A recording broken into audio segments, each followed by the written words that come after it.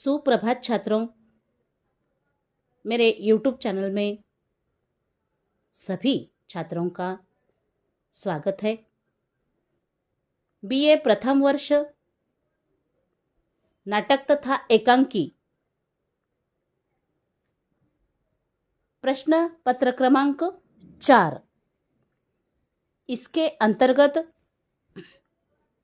आज के इस वीडियो लेक्चर में काल पुरुष और अजंता की नर्तकी लक्ष्मी नारायण लाल द्वारा लिखित एकांकी को लेकर चर्चा करने जा रहे हैं। तो दोस्तों, सबसे पहले कालपुरुष और अजंता की नर्तकी के एकांकीकार लक्ष्मी नारायण लाल जी का परिचय हम देखेंगे। लक्ष्मी नारायण लाल अपनी लौह लेखनी के कारण हिंदी नाटक और रंगमंच को नई दिशा और पहचान प्रदान करने वाले एक समर्थ नाटककार है। हिंदी साहित्य की अन्य विधाओं की तुलना में नाटक साहित्य के क्षेत्र में इनका महत्वपूर्ण योगदान रहा है। लक्ष्मी नारायण लाल का जन्म 4 मार्च 1927 को ग्राम जलालपुर, जिला बस्ती, उत्तर प्रदेश में एक सामान्य कृषक परिवार में हुआ है। पिता श्री शिवसेवक लाल गांव के पटवारी थे। माता मूंगा देवी धार्मिक वृत्ति की थी। बड़े भाई बलदेव, छोटे भाई कमला लाल तथा सावित्री और श्यामा 2 बहनें थीं। लाल अपने माता पिता के दूसरी संतान थे। परिवार की आर्थिक स्थिति साधारण थी, इसलिए प्राथमिक शिक्षा अपने गांव में ही पूर्ण की और आगे पिंपरा गौतम के middle school, Anglo Sanskrit high school बस्ती में दाखिला लिया। 16 वर्ष की आयु में इनका विवाह फैजाबाद जिले के टाड़ा तहसील की 14 वर्षीय सुश्री आरती से हो गया। विवाहोपरांत पारिवारिक उत्तरदायित्व एवं कर्तव्य का निर्वाह उन्होंने बखूबी से किया है। जुलाई सन 1946 में इंटर की परीक्षा उत्तीर्ण करने के बाद लाल BA इलाहाबाद विश्वविद्यालय से करना चाहते थे, परंतु घर की आर्थिक स्थिति मार्ग में बाधा थी। उन्होंने अभाव और विषमताओं से संघर्ष करते हुए ऐसी अनेक बाधाओं को परास्त किया है। सन 1950 में हिंदी विषय में MA कर लिया और सन 1952 में इलाहाबाद विश्वविद्यालय से PhD की उपाधि प्राप्त की।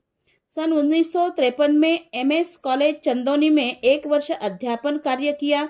फिर सन 1955 में MP कॉलेज इलाहाबाद में हिंदी विभागाध्यक्ष के पद पर नियुक्ति हो गई। सन 1965 में उनकी नियुक्ति आकाशवाणी के ड्रामा प्रोड्यूसर के पद पर हो गई। सन 1958 में इन्होंने नाटक केंद्र की स्थापना की है। सन 1965 में डॉक्टर लाल ने रोमानिया की बुखारेस्ट नगरी में आयोजित अंतर्राष्ट्रीय नाट्य संगोष्ठी में भारत की ओर से एकमात्र प्रतिनिधि के रूप में भाग लिया है। इस यात्रा के दौरान उन्होंने विश्व के प्रमुख थिएटरों ग्रीक, इटली और ब्रिटेन का निकट से परीक्षण किया। इस विदेश यात्रा के उपरांत सन 1965 में ही इनकी नियुक्ति दिल्ली विश्वविद्यालय के हिंदी विभाग में हो गई, किंतु नाटक के अध्ययन का यह किताबी ढंग उन्हें रास न आया। परिणामतः वे दिल्ली विश्वविद्यालय छोड़कर पुनः जीवन जगत के उन्मुक्त मंच पर आ खड़े हुए। सन 1987 तक लाल निरंतर साहित्य साधना में रत रहे। ऐसे बहुमुखी प्रतिभा के कलाकार एवं रचनाकार की मृत्यु 20 नवंबर 1987 को दिल्ली में हुई है। इनकी रचनाएं हैं धरती की आंखें, काले फूल का पौधा, बयां का घोंसला और सांप, रूपा जीवा, बड़ी चंपा छोटी चंपा, मन वृंदावन, प्रेम अपवित्र नहीं, हरा समंदर, गोपीचंदर, श्रृंगार, बसंत ऋतु की प्रतीक्षा तथा पुरुषोत्तम आदि यह उपन्यास है।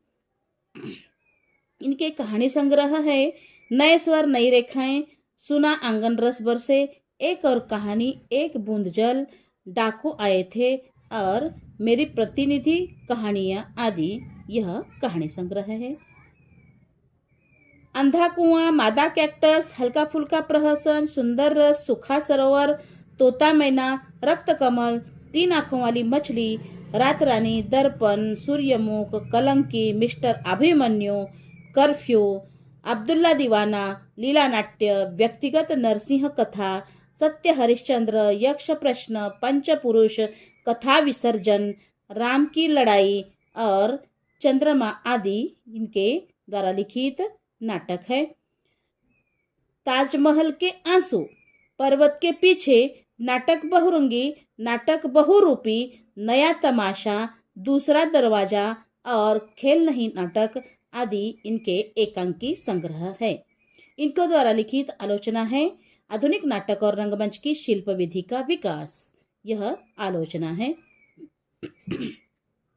तो दोस्तों, इस तरह से यह रहा लक्ष्मी नारायण लाल का परिचय। काल पुरुष और अजंता की नर्तकी, यह एकांकी डॉक्टर लक्ष्मी नारायण लाल के नाटक बहुरंगी एकांकी संग्रह से लिया गया है। तो काल पुरुष और अजंता की नर्तकी यह एक सफल और प्रभावी रूपकात्मक एकांकी है। जिस प्रकार अजंता की नर्तकी काल पुरुष के सम्मुख विवश और असहाय दिखाई देती है, वैसे ही स्थिति एकांकी की नायिका प्रभाव की होती है। नृत्य में थोड़ी सी गलती पर भी राजा नर्तकी को निर्मम दंड देता था और वह नतशीर होकर राजा से प्राणदान मांगती थी। काल पुरुष निरंतर काल से वैसे ही खड़ा है और वैसी ही स्थिति आज भी अजंता की नर्तकी की है। तो इस एकांकी में अनूप और प्रभा पति पत्नी है और दोनों एक दूसरों को बहुत चाहते भी हैं। अनूप अपना अतीत भूलकर वर्तमान में जीना चाहता है, क्योंकि वह एक गली की अंधी भिखारिन का बेटा है। प्रभा ने समाज की सारी मान्यता और विरोध को ठुकरा कर अनूप का वरण किया है। वह भी अनूप को ही अपना सब कुछ मानकर उसके अस्तित्व में ही अपना अस्तित्व मानती है। पति पत्नी का रिश्ता ममता, आदर, प्रेम और विश्वास से परिपूर्ण है। परंतु अनूप प्रभा से विगत जीवन को जानने की कोशिश अपने एक मित्र मुनि से करता है। प्रभा इंटरमीडिएट में थी तब हजारीलाल के संग भागी थी। उसके आंचल में दाग है।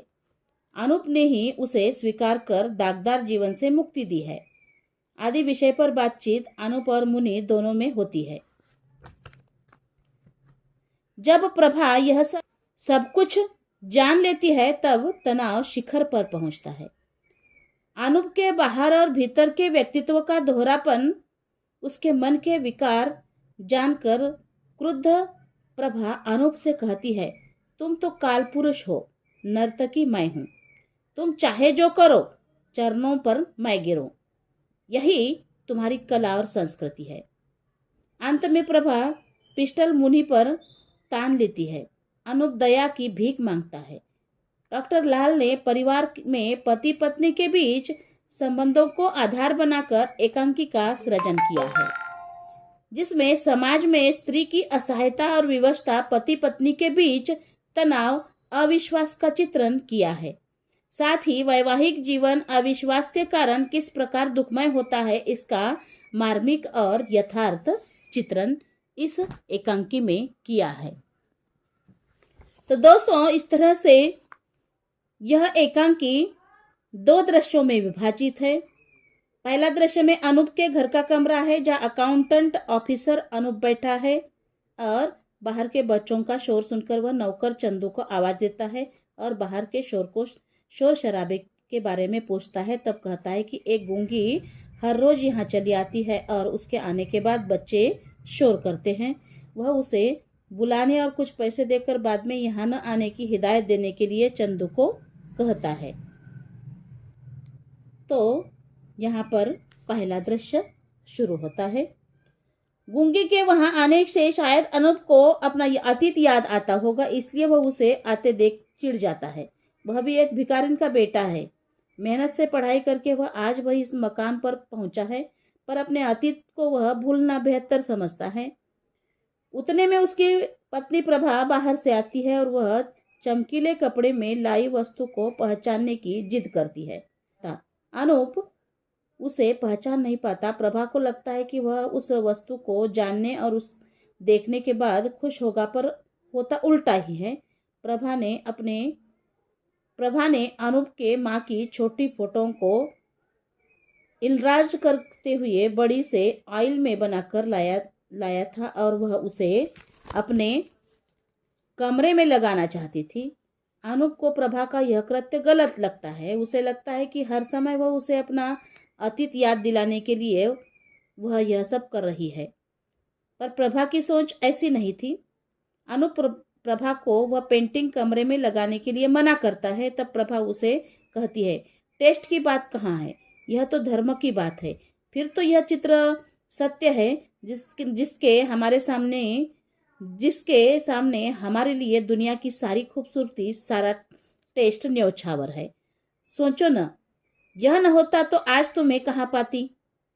फिर भी अनूप नहीं मानता। तब प्रभा कहती है, जिस स्वर्गीय माँ की तुम इतनी प्रशंसा करते हो, दुनिया भर में जिसकी स्तुति गाते नहीं अगाते, मन में जिस अपूर्व माँ की इतनी पूजा है, उसके चित्र से तुम्हें इस तरह क्यों आपत्ति हो रही है। अनूप प्रभा को महंगी से महंगी पेंटिंग लाकर देने की बात करता है, पर यह चित्र न लगाने को कहता है और प्रभा से कहता है कि मेरी ही माँ का चित्र क्यों, जिद्दी हो तुम इसलिए, मेरी माँ अंधी भिखारिन थी इसलिए। अनूप के यह शब्द सुनते ही प्रभा ऊंचे आवाज में अनूप को कहती है, खबरदार, कैसे भी हो वह माँ, कितना महान पद है उसका, और फिर यह माँ जिसने तुम जैसे पुरुष को जन्म दिया। अनूप अपनी मन की पीड़ा को प्रभा के सामने रखते हुए कहता है, मेरा अतीत मुझे थका देता है, शक्तिहीन कर देता है, मैं निस्तेज पड़ जाता हूँ। मैं यह याद भी नहीं करना चाहता है कि मैं एक गली की अंधी भिखारिन का पूत हूँ, अशुभ, निरीह, निराधार, त्याज्य। प्रभा उसे समझाने का प्रयास इस एकांकी में करती है। अनूप प्रभा की उदारता को चित्रित करते हुए कहता है, यह तो तुम थी प्रभा, कि पता नहीं कि इस आकर्षण से, मेरे किस भाग्य से तुमने अपने सारे परिवार, समाज की सारी मान्यताओं और विरोध को कुचल कर मुझे वरण किया। तुमने मुझे इतनी ममता दी है, इतना आदर, प्रेम, विश्वास की कृतज्ञ हूँ मैं कि अनूप की यह स्थिति देखकर प्रभा पेंटिंग वापस करने की बात करती है। फिर दोनों आपसी गीले शिकवे को भूल जाते हैं। पश्चात अनूप प्रभा से कहता है, हाँ, आज के बाद कभी नहीं। मैं तो सत्य चाहता हूँ कि हम आज में जिए अतीत क्या पिछले कल तक को भी छोड़ दे। तो इस तरह से अनूप जब प्रभा की तुलना अजंता की नर्तकी से करता है, तब वह कहती है कि देखो, गाइड ने बताया था न कि नृत्य में जरा सी भी कभी चूक हो जाने पर राजा कैसे निर्मम दंड देता था उस नर्तकी को, याद है न। फ्रेस्को में वह अजंता की नर्तकी अपने संपूर्ण लावण्य से नृत्य की अद्भुत मुद्रा में किस प्रकार नतशीर राजा से प्राणदान मांग रही थी। दोस्तों, कालपुरुष और अजंता की नर्तकी, इसमें अनूप यह पात्र एक भिखारिन का पुत्र है, जिसने मेहनत लगन के आधार पर शिक्षा अर्जित करते हुए अकाउंटेंट ऑफिसर बना है। उसकी पत्नी प्रभा ने अपने परिवार के विरोध में जाकर उससे ब्याह किया है। उन दोनों का दाम्पत्य जीवन अच्छा चल रहा है, पर अनूप की पुरुषी मानसिकता प्रभा के अतीत को जानने का प्रयास करती है, जिसके कारण उन दोनों में तनाव उत्पन्न होता है। तो प्रभा अनूप के अतीत को जानकर भी वह उसे अनदेखा करती है, पर रह रहकर अनूप को लगता है कि प्रभा उसके अतीत को जिंदा रखते हुए उसके जख्म को कुरेदना चाहती है। तो वास्तविक रूप में प्रभा का ऐसा विचार नहीं है। एकांकी में आए विभिन्न प्रसंगों के द्वारा प्रस्तुत अनूप अपने अतीत को तो भूलना चाहता है, पर प्रभा जब इंटरमीडिएट में थी तब वह हजारीलाल के संग भाग गई थी। उस घटना को वह भूलने को तैयार नहीं। साथ ही अपने दोस्त मुनि के साथ इस विषय पर चर्चा करता है। अनूप प्रभा द्वारा लाई गई उसी के माँ की फोटो को अपने घर में लगाना नहीं चाहता। उसे लगता है कि प्रभा यह सब जानबूझकर नहीं कर रही है।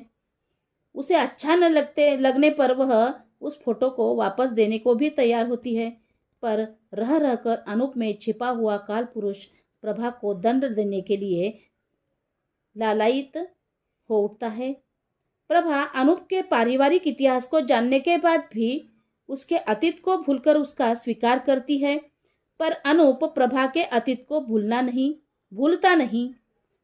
अतः एकांकिकार ने दाम्पत्य जीवन में शांति बनाए रखने के लिए पति पत्नी के बीच स्नेह, सुसंवाद एवं परस्पर विश्वास के महत्व को रेखांकित किया है तथा पुरुषों में स्थित अपने वर्चस्व को प्रस्थापित करने की प्रवृत्तियों को भी उभारने का कार्य इस एकांकीकार ने किया है। अनूप उस पुरुषी मानसिकता से युक्त काल पुरुष के प्रतीक के रूप में प्रस्तुत है, जो अपने लिए सर्वस्व न्यौछावर करने वाले नर्तकी रूपी प्रभा को अपने से नीचा दिखाने के लिए लालचित है। तो दोस्तों, इस तरह से इस एकांकी की प्रमुख पात्र प्रभा एक सुसंस्कृत पत्नी की भूमिका को अदा करती है। अपने पति के प्रति उसे अपार स्नेह, श्रद्धा एवं विश्वास है। अपने परिवार एवं समाज के विरोध में जाकर उसने अनूप से ब्याह किया है। अनूप एक भिखारिन का बेटा है, यह जानते हुए भी वह उसका वरण करती है। अनूप के अतीत को लेकर उसके मन में कोई मलाल या खेद नहीं है, बल्कि वह अनूप के माँ की तस्वीर अपने घर में लगाने के लिए उसकी ऑयल पेंटिंग बनाकर लाती है। पर प्रभा का यह व्यवहार अनूप को बुरा लगता है। पर प्रभा का यह व्यवहार अपने संस्कार एवं अनूप के माँ के प्रति उसके मन की श्रद्धा को व्यक्त करता है। अनूप जब वह फोटो न लगाने के लिए अटल रहता है, तब वह उसका कहा मान जाती है। प्रभा के जीवन के एक प्रसंग ने उसे अनूप के सामने अपाहिज सा बना दिया है। इंटरमीडिएट में पढ़ते समय हजारीलाल के साथ वह भाग गई थी, पर प्रभा ने यह बात भी अनूप को बता दी थी। पर अनूप अपने मित्र मुनि के साथ इस विषय पर चर्चा करता है। अनूप का यह व्यवहार प्रभा को बुरा लगता है। प्रभा के द्वारा अनूप के माँ के फोटो को लगाना अनूप को अपने जख्म को कुरेदने के समान लगने लगता है और वह प्रभा को अतीत को भुलाकर वर्तमान में जीने की बात करता है। पर वह खुद अपना अस्तित्व भूलने की बात करता है और प्रभा के अतीत को कुरेदते रहता है। प्रभा को उसका यह बर्ताव बुरा लगता है और खुद को वह अजंता के नर्तकी के सामने लगने लगती है। राजा नर्तकी की छोटी सी चूक होने पर दंड देता है। उसे अपने पति का यह व्यवहार भी उस काल पुरुष की तरह ही प्रतीत होता है। अंततः एकांकी में एकांकीकार ने प्रभा के चरित्र को सुसंस्कृत एवं संस्कारी तथा पति परायण पत्नी के रूप में प्रस्तुत किया है, जो पुरुषी मानसिकता की शिकार बनी हुई है। तो इस एकांकी में नारायण लाल ने पति पत्नी के जीवन में परस्पर विश्वास की बुनियाद को रेखांकित किया है। साथ ही पुरुष मानसिकता हमेशा स्त्री का दमन करने का प्रयास करती है और स्त्री बेबस नर्तकी के समान नतशीर होकर प्राणदान मांगती है। अतः प्रभा जिस उदारता के साथ अनूप को अपनाती है, उतनी उदारता अनूप में दिखाई नहीं देती। यह बात भी एकांकीकार इस एकांकी के माध्यम से स्पष्ट करने लगे हैं। प्रभा अपने परिवार का विरोध सहते हुए उसका वरण करती है, पर अनूप है कि यथा समय उसे गलत साबित करने का प्रयास करता रहता है। अतः पति पत्नी के दाम्पत्य जीवन में प्रेम विश्वास के महत्व को यह एकांकी अभिव्यक्त करती है। तो इस तरह से दोस्तों, काल पुरुष और अजंता की नर्तकी इस एकांकी में पति पत्नी के बीच संबंधों को आधार बनाकर इस एकांकी का सृजन किया है, जिसमें समाज में स्त्री की असहायता और विवशता, पति पत्नी के बीच तनाव, अविश्वास का चित्रण किया है। साथ ही वैवाहिक जीवन अविश्वास के कारण किस प्रकार दुखमय होता है, इसका मार्मिक और यथार्थ चित्रण इस एकांकी में किया है। धन्यवाद।